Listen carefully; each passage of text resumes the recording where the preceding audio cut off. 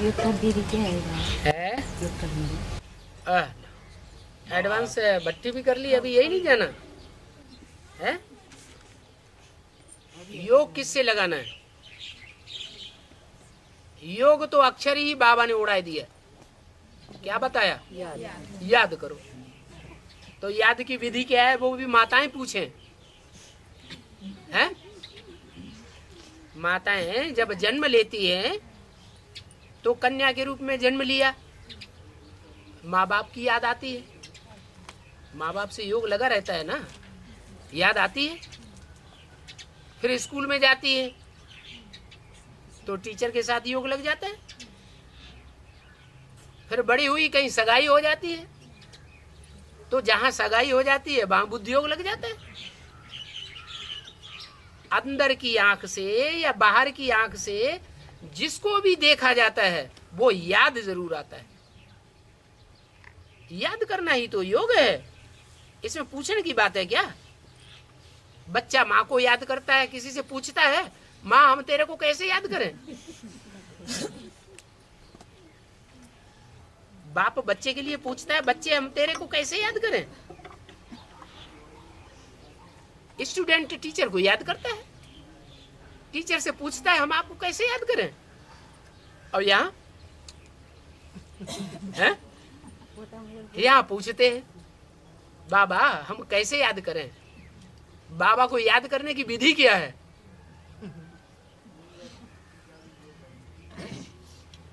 अरे आंखों से जो देखा, तीसरे नेत्र से बुद्धि से जो समझा, उसको याद करना कोई मुसीबत है क्या?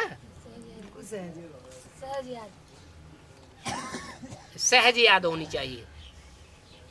अगर समझा नहीं है, इन स्थूल आंखों से समझ करके देखा भी नहीं है तो कठिन होगा। जैसे बेसिक में बिंदी को याद करना बताया जाता था। अब बिंदी, वो पार्टिकुलर बिंदी जो कहता है बार बार कि मुझे याद करो, उस पार्टिकुलर बिंदी को किसी ने देखा तो है नहीं। तो पूछना ठीक है कैसे याद करें। और यहाँ तो पहले पहले मूल बात ही समझाई जाती है। क्या? बाप का परिचय। बाप इस सृष्टि पर मुकर्रर रथ में आता है। मुकर्रर रथ में आए हुए बाप की पहचान दी जाती है।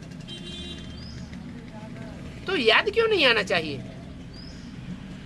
हाँ इतना जरूर है कि जितना बाप की सेवा में तन अर्पण करेंगे, जितना धन अर्पण करेंगे, जितना मन अर्पण करेंगे, उतना याद जरूर आएगी। जितना गुड़ डालेंगे उतना मीठा होगा।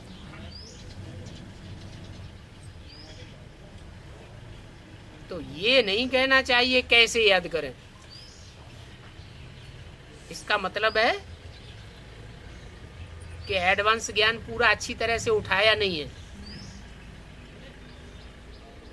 एडवांस ज्ञान अच्छी तरह बुद्धि में बैठ जाए तो वहां पहली पहली मुख्य बात तो यही समझाई जाती है कि त्रिमूर्ति बाप का परिचय क्या है।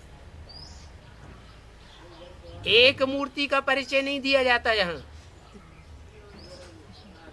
तीनों मूर्तियों का परिचय दिया जाता है। परंतु उनमें बाप कौन है जिसको याद करना है।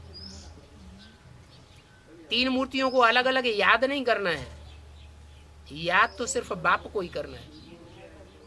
क्योंकि तीनों मूर्तियां बाप टीचर सदगुरु नहीं है। एक ही मूर्ति उनमें ऐसी है जो हमारा बाप भी है, टीचर भी है और सदगति करने वाला सदगुरु भी है।